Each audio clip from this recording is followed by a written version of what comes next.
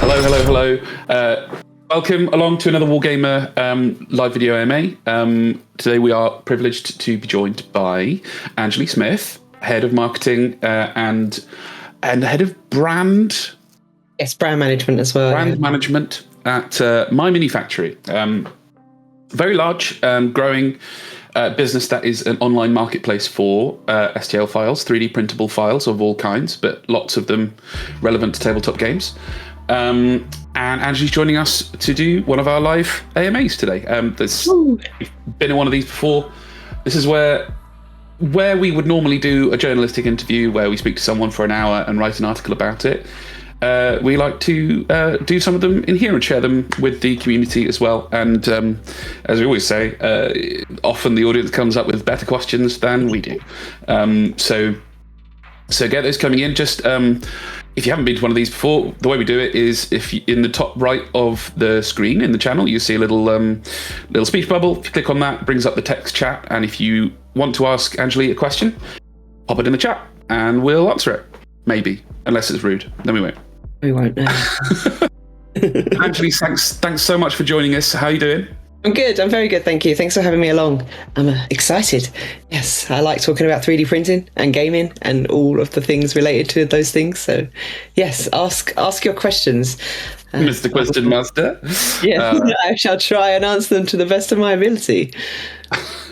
Superb. All right, we've got Robin, Steam Seed, our chief mod, whipping the question whip in the chat. So we should get some ones coming in from there very soon. But in the meantime, I'll kick us off because, I'm here and I'm very important. So let's get started with a little bit of information about MyMiniFactory for anyone that's not, involved or hasn't been a customer or hasn't been a creator on the site. MyMiniFactory started 12 years ago, which surprised me. It's quite an old, it's been around since early on in the 3D printing kind of biz. What have been the biggest changes in what MMF does during that time, and how's that kind of reflected in 3D printing as a whole? Yeah, so when it started, so MyMiniFactory didn't mean mini as in a miniature for wargaming and things like that. It meant a small factory. So a home printing thing is your own small factory that you can use at home. And so it started as a free STL site where you could just upload the things that you're doing, cosplays. We had a lot of things for Halo and things like that, cosplays and LARPs and stuff like that. Everything was free. And then as it's grown, we've obviously become more of a marketplace that swings towards the tabletop gaming industry. So about 60% of our audience is for RPGs and sort of around 37% is for wargaming, and then there's the 3% which is toys and games and miscellaneous types things. So huge change from when we started in 2013 to now is that mainly tabletop gaming has taken off so massively in the last couple of years, especially for us, which is lovely for me because that's where I like to work. So if it wasn't in that industry, I'd be sad. So that's the main change, and I think that change has come along because the accessibility of 3D printers. So in 2013, it was hard to get a 3D printer. It was expensive thing to buy. It was FDM only. There was no resin printers available, and it was all just making these big, large scale things. And then as in the last couple of years, resin printing has really come along, and you can make these beautifully highly detailed models in your own home. And that has sort of kicked it into the tabletop industry where people have realized, hey, I can print those at home instead of having to go and try and search shops or online for them. Yeah, it's kind of in the background. It's been kind of in the background of any discussion about 3D printing throughout. Is part of the use case is you can make things for cheaper than you would buy them. Kind of leads. There are a couple of user questions that I'm going to come on to in a minute, but I'm going to ask my second question because it feels like a follow-on from that, which is. When especially resin printers first became a thing, a lot of voices in various tabletop game communities were, suggesting it would be the end of big publishers. Like if everyone could get this machine and everyone could print whatever they wanted at home, then why would anybody ever buy prepackaged miniatures from, say, a big company like Games Workshop? That obviously hasn't happened in any way, shape, or form. Games Workshop has gone from strength to strength, as an example, making more money than ever. Why do you think that hasn't happened? Why hasn't it been a big drain on revenue for big publishers? I think one, because Games Workshop haven't gone digital. I think if they went digital, that would be a huge game changer. A lot of smaller companies base their whole sort of business designs on Games Workshop. So if Games Workshop aren't going digital, they're not going to go digital. So there's that. That's one thing. Another thing is that when it came out, the resin printers weren't great. Like I got one of the first ones, and even printing off my little Hero Forge things, they were still kind of blobby, and you had to squint a little bit to see the details. You weren't going to get like a fine, crisp print that you can get now. And I suppose it's the same, like, with RPGs, people bring out the PDF, and some people want the PDF version, and some people want a physical book. It's the same with anything. I think some people prefer to have things made for them, and some people prefer to make it themselves if they're the type of person who likes to make them bigger or make them smaller and have that sort of creative and sort of license there. Then that's the main change, I think. I don't think it's going to, take over from having things printed for you. It would be nice if there wasn't so much plastic being printed and people just printed what they needed. But that's not going to change. People are still going to, I think, want the plastics. They're going to want something made for them, especially if they don't have the space available for a printer. A resin printer needs a lot of ventilation. It needs a separate room. You can't have, you shouldn't have your resin printer, I'm looking in the room where you sit all of the time running whilst you're working, because it is toxic. Like it's heating up, and there are chemicals in the air, and you have to have a really good ventilation system. Some people just don't have that space available. And so I don't think it's ever going to take over and replace having that plastic, but it can definitely open up more avenues for the consumer, also for publishers as well. If they embrace 3D printing, it will cut down on some of their costs and things if they are able to also offer it in STL format. Well, we're going to talk about that, I'm sure, in a little bit, because MyMiniFactory are doing some interesting things in that area. But for now, I'll come to AGN's question in the chat, as there's two questions really. Yes. The first one, they're mentioning Trench Crusade moving away from 3D printing. I would say, as far as I'm aware, they're moving away from producing 3D printing themselves. They're going to make new models in plastic with Archon Studio, but they, as far as I know, have not stopped providing 3D printable versions of the models. And I do know that because of their kind of general open source attitude to the IP and letting people create stuff for Trench Crusade and call it Trench Crusade things, there's lots of creativity going on for Trench Crusade. There's lots of Trench Crusade miniatures on MyMiniFactory. But the AGN's question, it begs the question to me of whether you have heard whether companies have been impacted by the sale of digital files.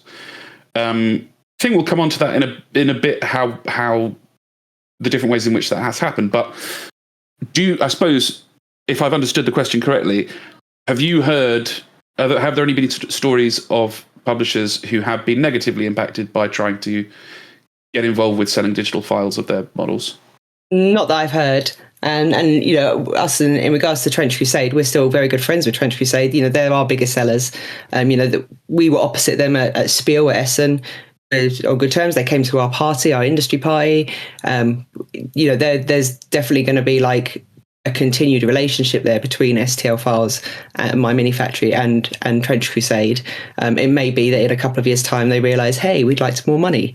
Let's make some more STL Files, and we'll be there saying, yes, please come.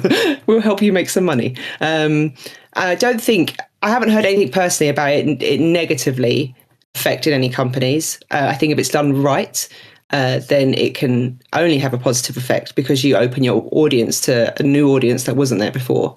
So the idea that So let's take, for example, Steamforge have opened up War Machine for STLs now that we deal with Steamforge every day.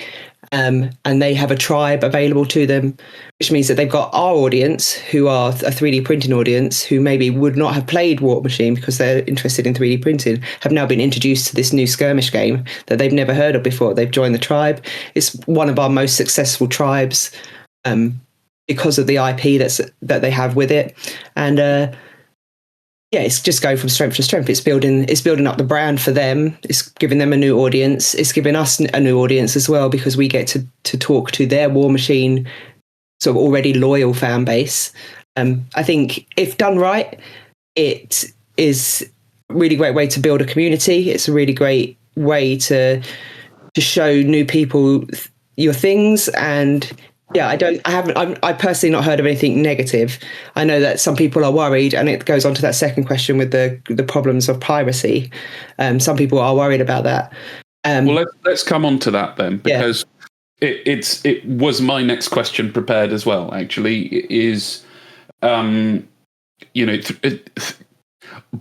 of the reason why official publishers have historically not wanted to touch 3D printing with a barge pole, early on at least, is because they see it as an engine for piracy. Like it is, anyone can do a 3D design at home and they can make it look exactly like for example, Space Marine, and then print it and sell it and whatever. They've seen it as as very harmful.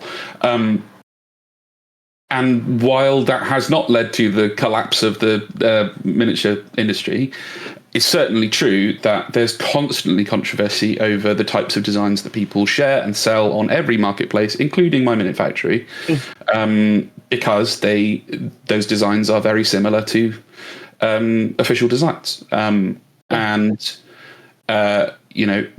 can talk about it as dodgy copyright stuff, or we can talk about it as it's piracy. They're pirating these designs. Legally, it's very, very complicated, but it's certain that piracy in that sense goes on. And I would like to know what MyMiniFactory does about it and what its position is on it. Yeah, well, so we're against, we want people to be making their own creativity. Like, that's what we embrace. Obviously, we are still, despite being a mega marketplace, we are still a small company, and everything that gets uploaded, we have a couple of people that have to go through and check. We have hundreds of thousands of stuff being uploaded every day. We miss stuff. If Games Workshop come to us with a DCMA or a cease and desist, we will take it seriously. We will talk to the creators. We will explain what has been said. We will take that model down. And the same goes for anyone. If any creator comes to us, or any IP holder comes to us and says, hey, this shouldn't be on here, this is my IP, we will investigate, we'll explain to the creator, get them to take it down.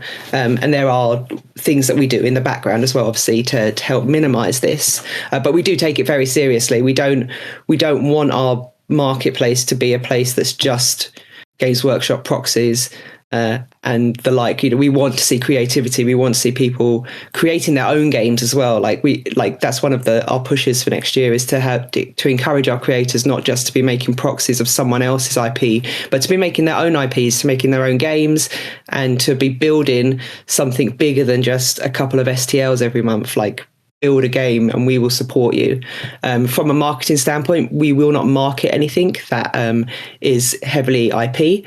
So if I get requests and I look at it and go, that's owned by someone else, we won't put it up there. Even things like the beholders, if someone calls their floating eye monster a beholder, we have to go to the creator and say that is a trademarked name. You can't call it that. You need to change that, or we can't market it.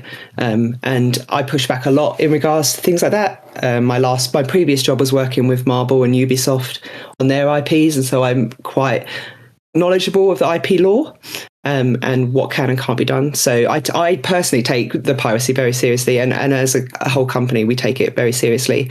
It happens, obviously it does. Same for books. When books went to Kindle, people were worried about piracy there, and it happens. People rip it off a book and they put it up as a PDF for people to download for free. But we try our best to catch it and to stop it before it sort of gets sold on our site, so we can catch it early. it was one of the big things when we spoke to Ian Livingstone about getting the Fighting Fantasy stuff on there. He is notorious for not going digital with his Fighting Fantasy books, are not digital or anything like that. And so it was we had to convince him as well that like we would protect his IP when it's on the site. And that's something that I take very seriously. I want to protect people's IPs. If you've made something and put your heart and soul into it, someone shouldn't be allowed to just go around and rip it off, even if it's Games Workshop and they've got loads of money and no soul. Sorry, Wargamers. I didn't say it. You said it. Yeah. So AGN's brought up a follow up here, which is more specific and potentially quite sensitive, but the potential of Telegram groups which actually steal the files from creators. AGN, I don't know anything about that at all. I think maybe if you have evidence that that's happening, I think you should contact MyMiniFactory outside of this. Please. Yeah, that sounds like a serious and not very entertaining conversation to have. No, definitely. The head of marketing does not know these things. She does not have any say in those things. But if you are being serious and you do have like concerns of that and evidence of that, please do send it into MyMiniFactory, and we will investigate, because we do take these things seriously, and if there is something we can do, we will do it.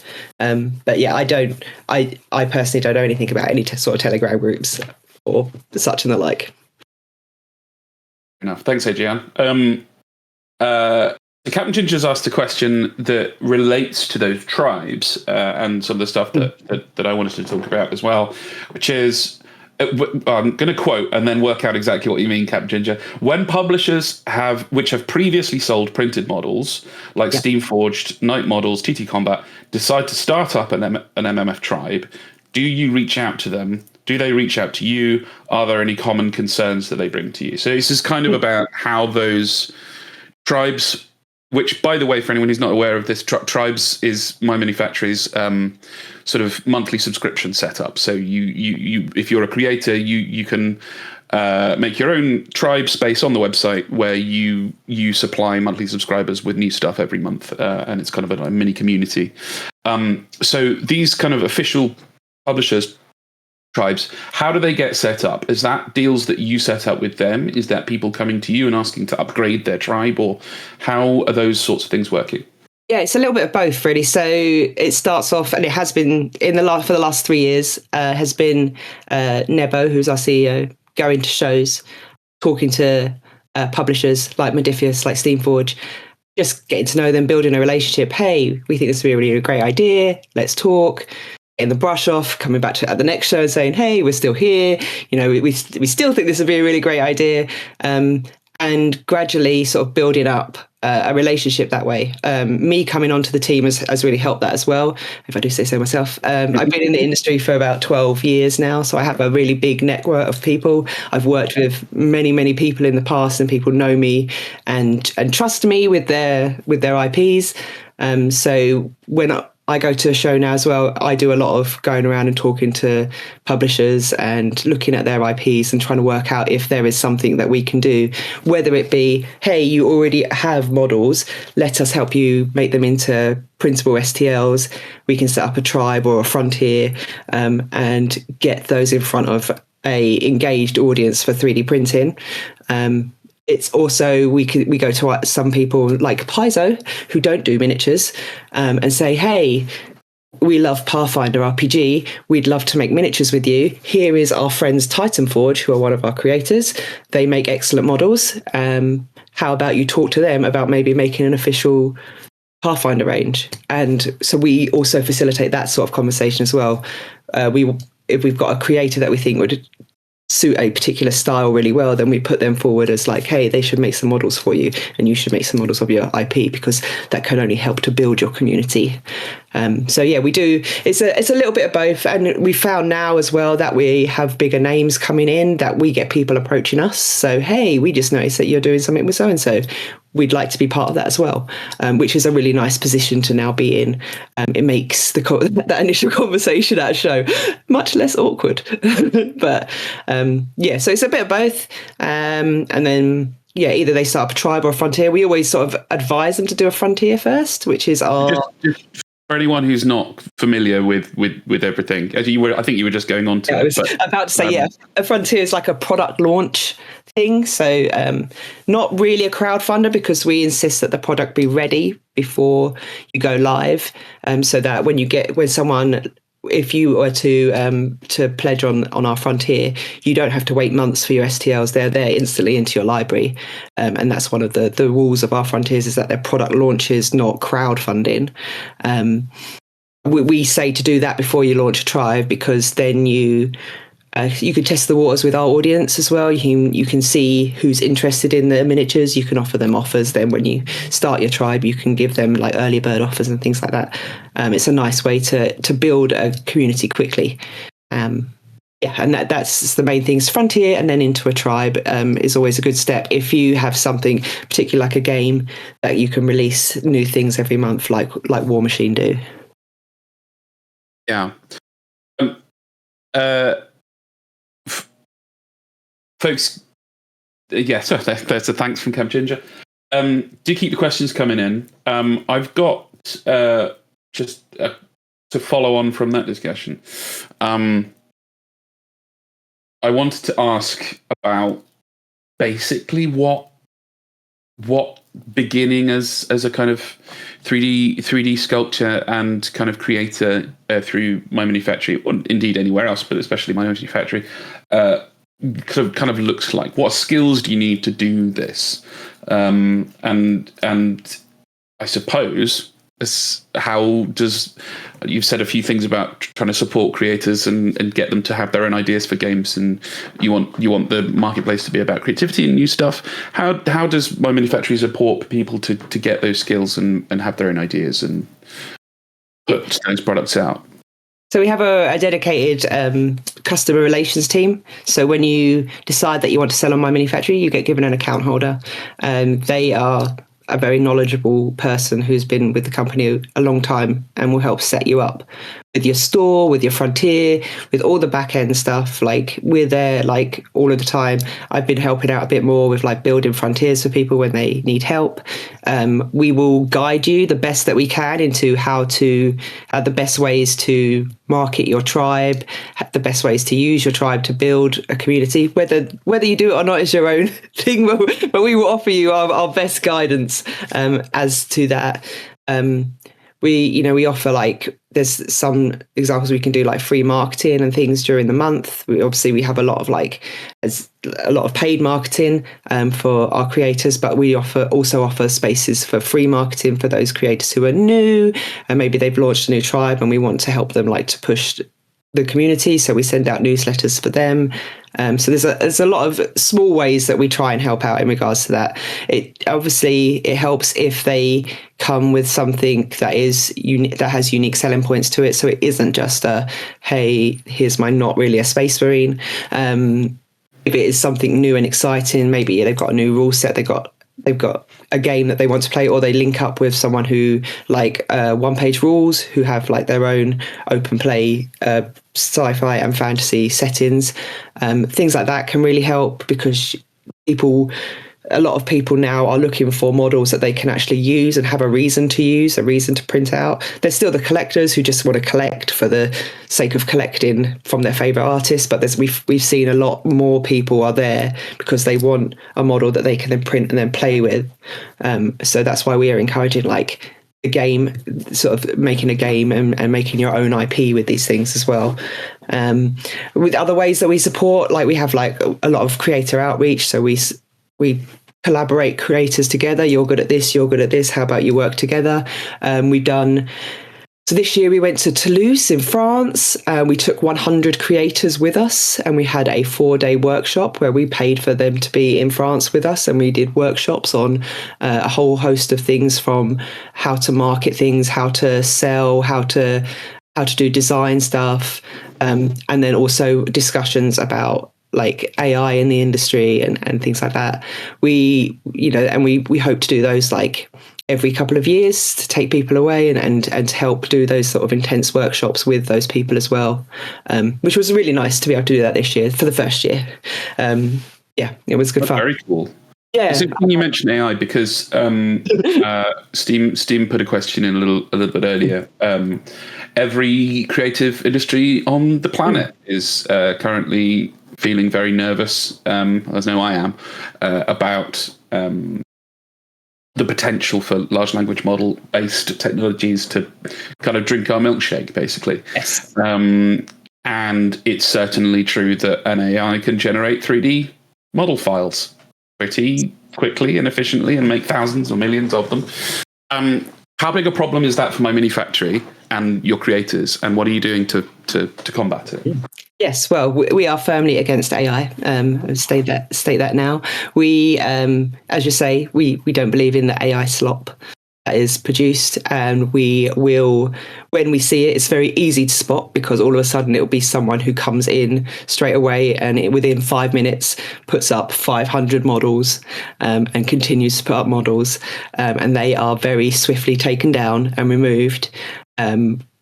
We don't want that on our site. We've launched something, which I'm going to put a little link in the chat, called the Soulcraft Initiative. This is basically, we're asking people to dare to be human. We're asking our creators to show that they are, everything that they do is human made, that they're not using AI, that they are creating everything with a soul. This initiative will also, we're looking for funding. We will be funding creators to help them level up their skill sets, to help them to build their businesses if they need loans for things in order to expand. If they are part of this initiative and they prove to us that they don't use AI, we will give them funding. We will give them loans in order to help them to grow as a business as well. This is relatively new. It's only been launched in the last sort of month or so. Obviously, the AI conversation has been going backwards and forwards within MyMiniFactory since it sort of came out middle of the year and beginning of the year. I can't even remember when it was. But this is what we've sort of come up with as our way to try and deal with that. We want to open it up not just to our creators. So this is for all creatives. So if you are a digital artist, this will be opened up to once we've got the balls rolling, it's got legs under it. It will be for musicians. It will be for digital artists. It will be for physical artists as well. If you sculptors and oil painters, it will be for anyone who creates something with soul.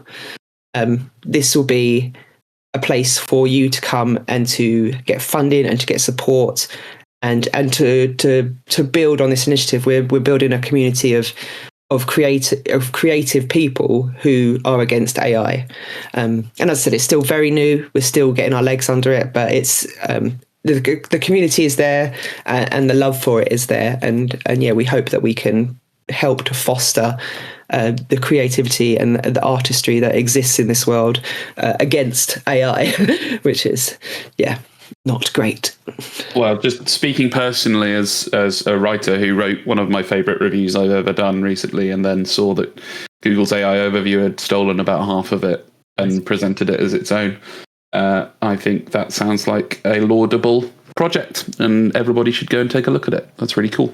Yeah. So yeah, please do. There's it's not a Discord, but it's called Circle or something that we're using as our community group thing. So if you are an artist of any description, please do feel free to join it and to join the conversation and to help us to sort of build and grow this thing as well. We are listening to before it went live. We had our creators in. We had a group of creators who were testing it, who were telling us what they wanted, what they didn't want. They were showing us helping us to find AI as well, to help us understand how to spot it on our site, because that's also new to us. We've got 2 people now who work at going through all of our stuff, trying to find out who is AI, contacting those creators, asking them to prove, hey, show me your work in progress. Show me that you didn't just stick a prompt in a thing.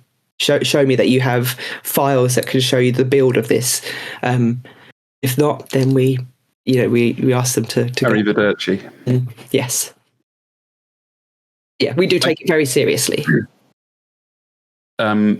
Thank you for that answer. I find that really, really interesting. I think it's important to have a position, because if you don't have a position, it's like any of these things. If you're not against it, you're for it. Yep. That's my view, anyway. Grim6 asks, some of us have large STL libraries from different sources. Would MMF ever consider allowing users to upload their non-MMF STLs into their library just to consolidate? Maybe as part of the membership. It'd be awesome to get all my files in one place rather than having to remember where I bought specific files, especially with companies like Modifius, who I've bought their files from a number of different sources over the years. Is that something you'd consider doing? I can say from a meeting that I had today, a roadmap meeting, that yes, I can't tell you when, but when it will happen. But it is on our roadmap of things that we would like to do. It's something that I brought up because I too have many STLs from all over the place, and they're all in a big 2 terabyte hard disk that I don't want to open because I don't know what's on it and there's no pictures. And I've put this forward many times as well, that it would be great if I could just put them into my library and it would show me like a little render of what they were or something, so that I could, for my own sanity, know what I bought so I don't keep rebuying things. Because my MyMiniFactory library is obviously large, and then this is even larger. And yes, I would say that yes, in the next year, I would imagine that will be a service that we will be offering, and it will probably be as part of a membership. So because it will be a lot more storage space that we'll need to build, and like the servers that we'll need to expand on, if everyone starts adding every 2-3 terabytes of files that they have hidden away. But yes, it will be something that will be offered at some point, which I'm very excited about. I mean, yeah, it does sound for the real lifers is going to be a big upgrade. Step closer to the Minority Report reality, where you can be just kind of going through your 9 million STLs, going beep boop print. Yeah. Maybe I'm getting ahead of myself there. AGN asks, this is just kind of about strategies for selling on your platform. So a quick one, perhaps, and we can move on. But what strategies have worked exceptionally well for creators to sell their STLs? Some examples: free tribes for a month, a frontier, bundles, Black Friday discount, tribe membership, etc. Tribes trials are work very, very well, which is normally when we do like when a new tribe we think is going to be a big tribe, it's got a big IP behind it, or something along those lines, we will do like a tribes trial, either to a select audience. So we will go through and work out who the best audience for this particular trial will be based on their previous purchase history, what they're interested in. You know, if they're interested in wargaming and this is a wargaming tribe, it makes sense for them to be in this audience. Or we do site-wide ones, which you may have seen if you are someone who uses MyMiniFactory a lot. We did a big site-wide one for War Machine when it launched, because we wanted to make sure that everyone got an opportunity to play this game. And because the welcome pack had 2 armies in it, plus the free rules and everything, you could sign up for the free trial and then get a playable game right off the bat. So for a whole month, we gave it away for free. And we find that those work really well, especially for retention. So after that free month, most people stick around again for the second month. Things that also work really well within a tribe are loyalty rewards and the automatic discounts. So making sure that you use like the bonuses that you get as part of the MyMiniFactory tribes. So offering that automatic discount. If you are a triber, you get this automatically. You don't need a code, you don't need anything special. It just goes straight into your basket and takes that money off for you. That's a really nice one. Black Friday as well. Yes, that is why I look kind of stressed today. Yeah, don't remind me. I've been working hard on the marketing planner for Black Friday. It's our biggest sale of the year. We have a lot of space to fill up with that. We offer a lot of free marketing with that for the Black Friday sale. So always try and get into, like, if you get the email that says, "Hey, join our Black Friday sale," you should always be like, "Yes, please, I will join that Black Friday sale." And as much discount as you are happy to give as well. We go up, it's 10% to 50%. You can pick what you want in that. I mean, we don't ever force you to take a particular discount. It's whatever you want to put towards your store, and we won't ever try and sway you which way. But as much as you are happy to discount your stuff, you'll definitely get at least one mention in one of our newsletters over that time period as well. Those are probably the best things, is making sure that you're in our sales. We've got the Black Friday one, and then we've got the winter sale as well. So 2 upcoming in a row, just for my brain. Well, someone who's worked in digital marketing before, I would certainly say that when you're offered free marketing, take it. Yes. So there's a little bit of a rundown of that. Folks, we've got about 25 minutes left. We're halfway through. Think of some exciting new questions that will be more interesting than mine. But in the meantime, since you mentioned War Machine, that's reminded me that I want to talk a bit more about your publisher partners. Because as someone who's always enjoyed 3D printing since I was able to get a printer, but who is also very lazy and not clever enough to design my own things, and hasn't really got into printing lots of like kind of random things and finding my own favorites and so on. The idea that published games that I know of that have player bases that I can go and play at a store could be available officially in a way that I can buy the STLs from MyMiniFactory or through MyMiniFactory, and the money will actually go to the designers that made it in the first place, as opposed to getting pirated stuff off of wherever. It's quite interesting, and I wanted to ask you, basically, how's it going so far? Like you've picked up a few of these, like you work with Modifius and loads of War Machine stuff from Steamforged, and obviously also Trench Crusade and various kind of second order Trench Crusade creators using that license. There may be some others that I don't know, and I know that you're trying to expand that at the moment. What's the thinking there, and what's coming next? So we have, so it's going really well for start. Like, it's always a bit nervous when you get an IP and it's you're new in the space as well. I know we've been here for a long time, but like within the tabletop gaming space, really it's only been in the last year that people have started recognizing who we are. When we're walking around a show or something and we've got the MyMiniFactory t-shirt, people go, I use you. And that's like, that's exciting. That doesn't happen every time.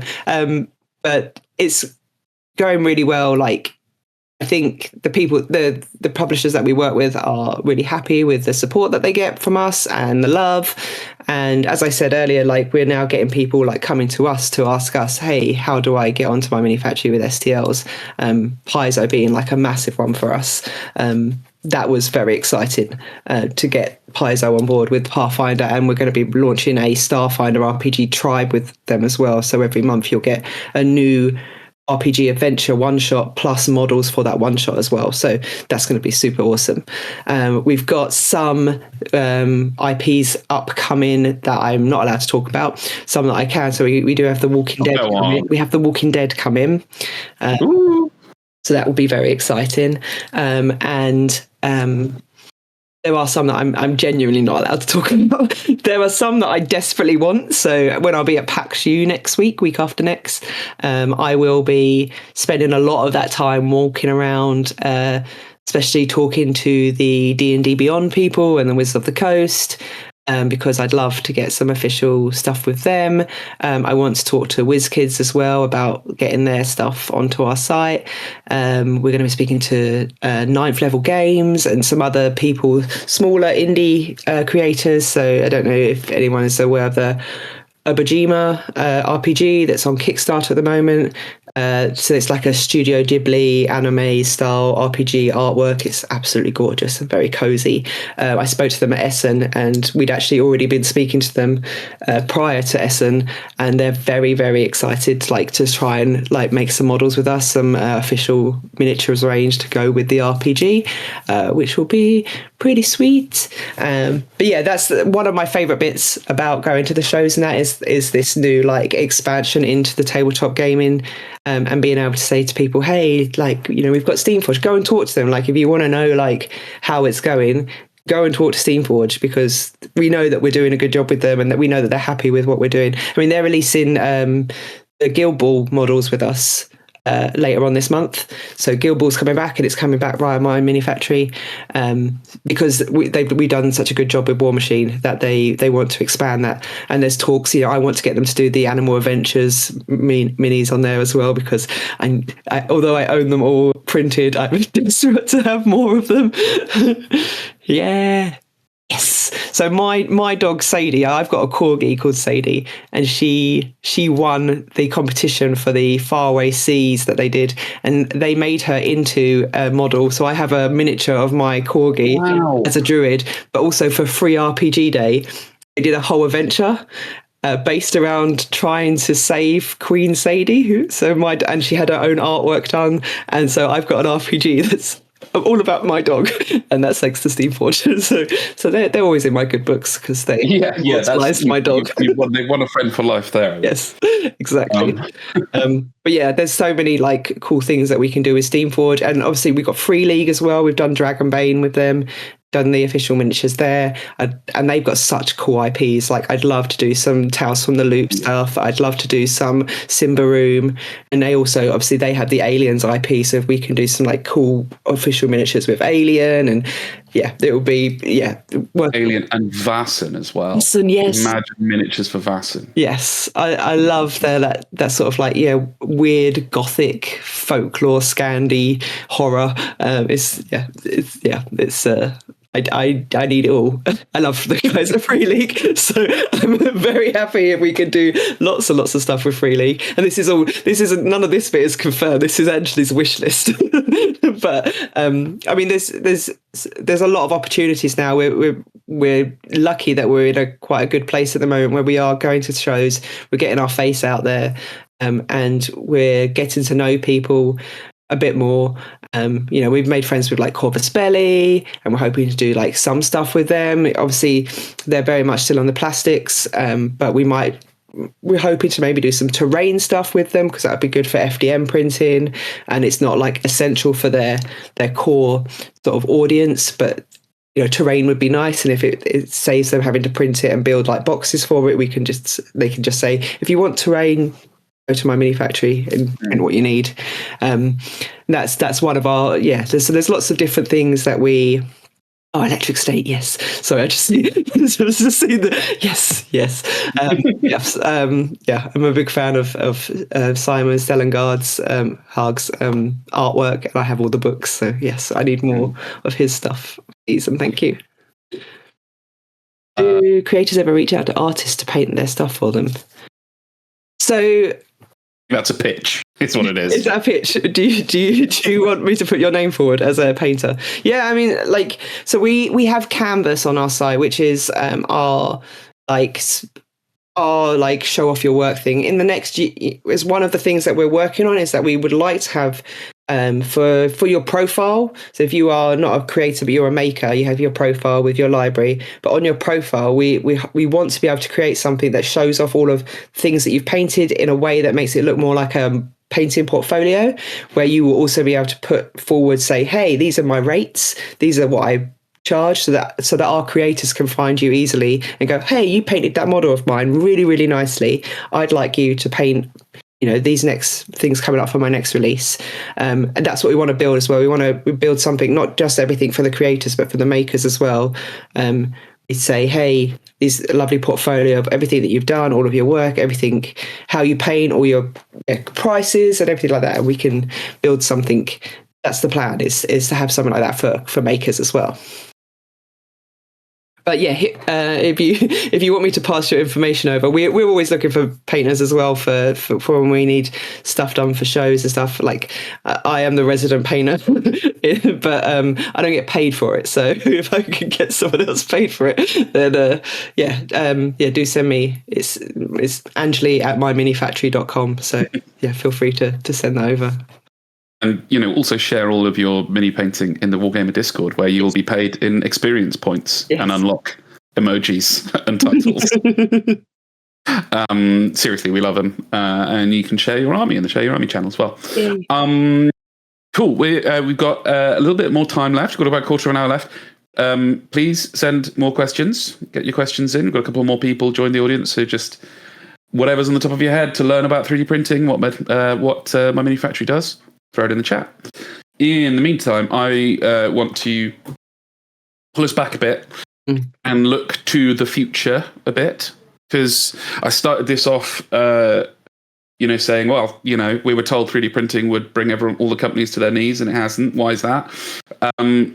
Let's now look at the future and be like, Anjuli, you're head of marketing for a large 3D printing marketplace, and also an active member of the hobby yourself. What do you think the biggest changes in 3D printing at home for tabletop games specifically are going to be in the next sort of few years, 1 year, 5 years, even 10 years? Where do you see the technology going, and also where do you see how people interact with it, how people do their hobby? What do you think the biggest change is going to be? I think the biggest changes will obviously be the equipment. I think 3D printers are just getting better and better and better, and they're also getting cheaper and cheaper and cheaper. So the route to entry into the hobby is so much easier than it was 5 years ago, than it was 3 years ago. You can now get a really good FDM printer. I have one next to me for $100 at the moment in the Black Friday sales, £130, and it is beautiful. It prints off lovely things. Look at this lovely mermaid. That's Twisty Prints, one of our creators, also one of my favorites. They make really weird, creepy dolls, and I love them. But you can get things really, really cheap now, like, compared to, when I bought my first 3D printer, it was like £800. It took me 3 weeks to build. I was saying before we came on the stream that it made me cry every other day, having to sit there and like manually wiggle everything around and make sure that it worked. And now you can get something for less than £200, and it's printed in 20 minutes out of the box, and it's working every time. There's no like recalibration every 5 minutes. The technology is vastly improving, and therefore home printing becomes much, much easier to do, and more people will begin thinking, actually, I can make some money from this. We will have a merchants program coming soon, which will allow you to directly link with creators and say, I want to have a license and sell with you directly, and we will provide a page almost like an Etsy, where it says, this is the creator, these are all of their merchants. You can then pick, okay, I want that person because they're actually in the same country as me, and therefore I don't have to pay customs to get things sent to me. And I know that the person printing them has paid officially for the rights to do this. And that's something that we're doing. And that's something that I think will grow as well over the next few years as more people get more printers. They'll be able to see this as actually like a small side hustle for them, or maybe even like become a printing farm, as it were, and make their money from that, having all of these licenses and printing things officially for people. That's one thing that will happen, definitely. In regards to publishers, one thing that I hope will happen is that more publishers will realize that coming to MyMiniFactory and having your models as STLs rather than plastics will cut down on your costs for building a game. If you can imagine, instead of like, so we have a frontier out at the moment with Ian Livingston for Fine Fantasy, and we have a new product. It's a physical product, the first time we've ever done a physical product ever. It's called the Game Box, and within it you get miniatures and an RPG and things, but the main thing is you get a deck of cards, and on this deck of cards, one side is like a monster manual, it's got stats and things for your monster. On the other side is a QR code which you can scan to then get the models into your MyMiniFactory library instantly. And our dream for this is that people like Steamforge will look at Epic Encounters and they'll go, hey, we can make our Epic Encounters in a tiny little box that costs so much less to build than the big massive Epic Encounters one with the big bits of plastic. We can have a set of cards in there that has all the STLs for everything they need in there. It has the RPG, it has everything that you get in the big massive boxes, but it will cost less to ship. It will take up less space in a retail friendly local gaming store. It will take up less space on your shelf, and it is nicely made and looks really pretty. And that's something that that's a project that I've been working on with Nebo, the CEO, and it's something that I genuinely feel passionate about, and I genuinely think will help to cut down on costs, cut down on waste, be more eco-friendly and will hopefully revolutionize that side of tabletop gaming as well. I think if that can happen, if people can embrace 3D printing in that way and see the benefits of it, then I think that's really going to be a big turn for 3D printing in the gaming industry. There's going to be loads of doors opened if that is something that takes off, if the Steam Forges and the Modifiuses and the Free Leagues of this industry realize that. And that's what me and Neba are pitching to them at the moment when we see them at shows and when we see them at parties and when we have our meetings with them. That is something I would really, really, really love.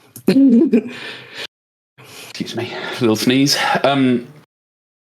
That's certainly something completely new. The idea that we imagine there to be a large install base of 3D printers, such that we can have physical products on shelves that people can pick up for a lower price in a box and take home, and then print the models themselves. Yeah. The question that it brings to my mind is there one? Are there enough people with 3D printers? And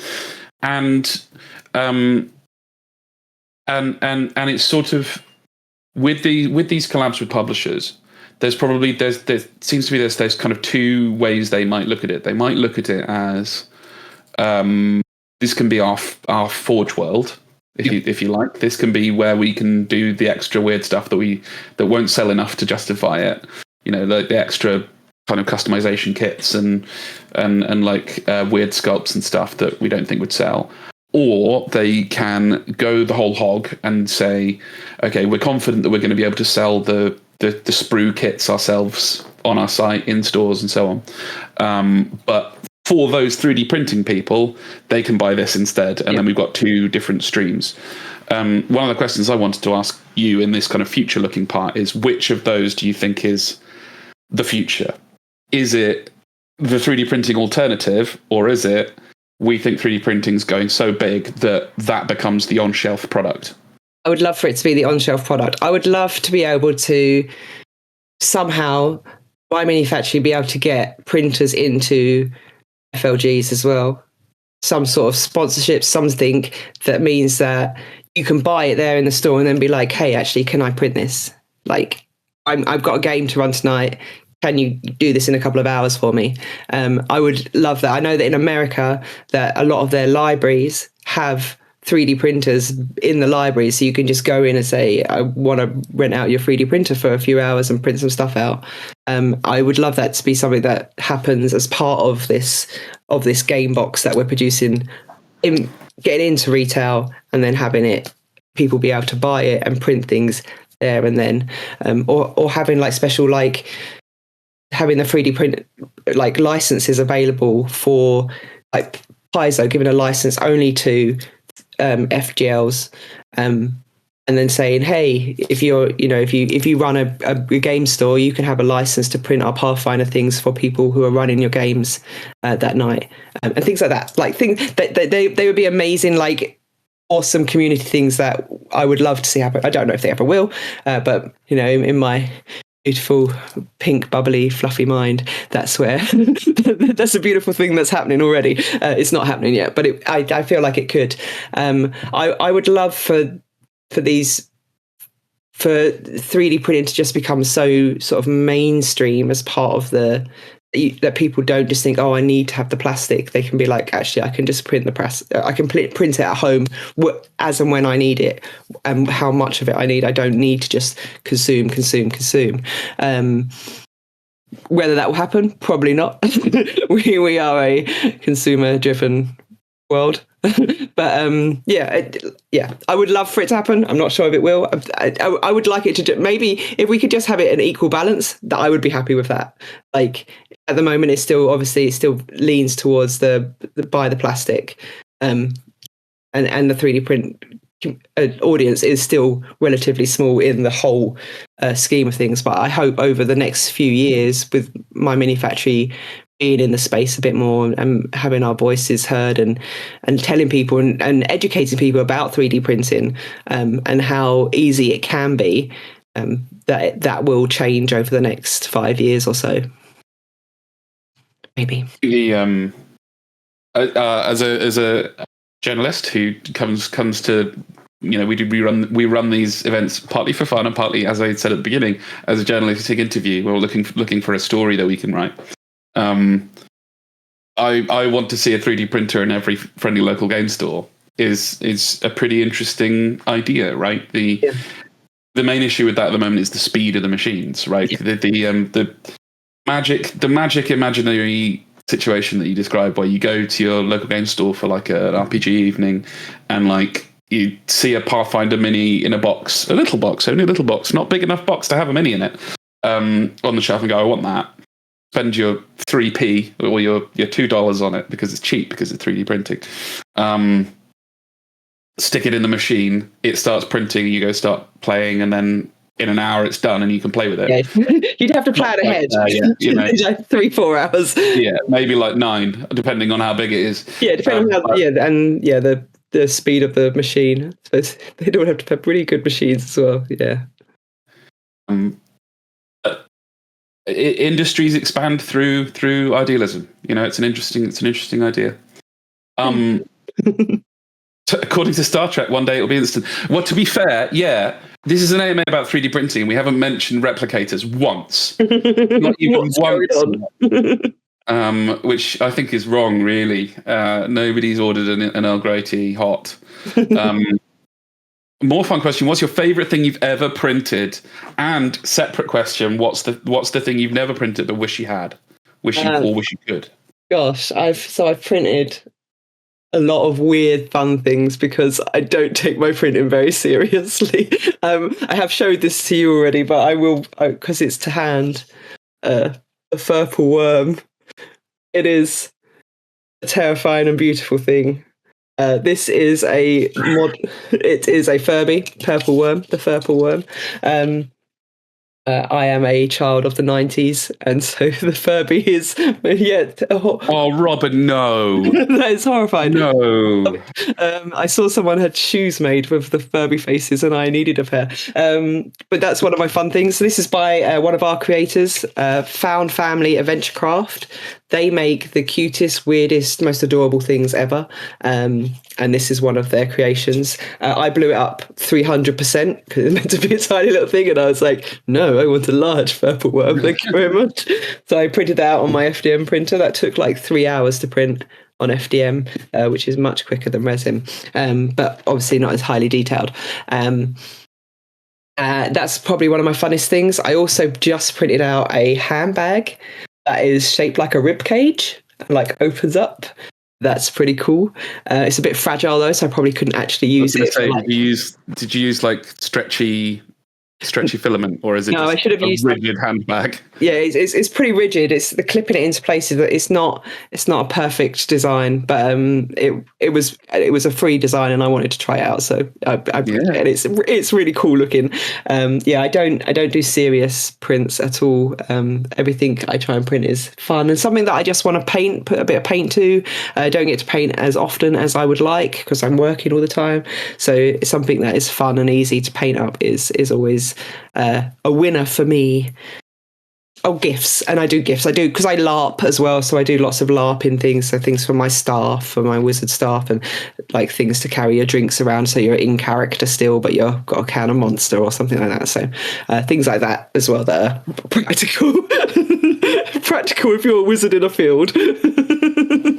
Practical wizardry. I'm going to give you an idea for free right now. And that is one of our previous recent AMAs was with a person called Jonathan Wojcik, who is the creator of a tabletop RPG called Mortashine, which is just a fever dream of bizarre, vivid monsters of various kinds with ridiculous names. Every single one of them will make a brilliant miniature.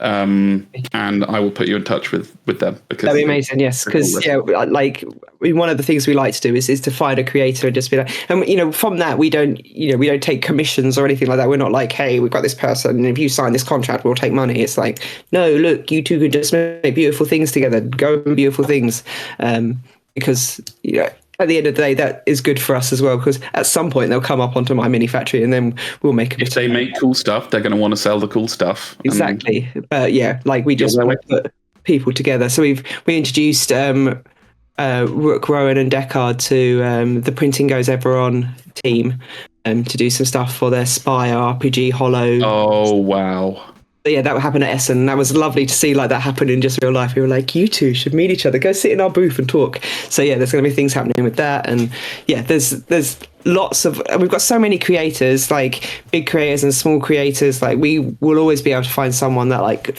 suits the style. And is someone that other person wants to work with. So yes, please do send them my way.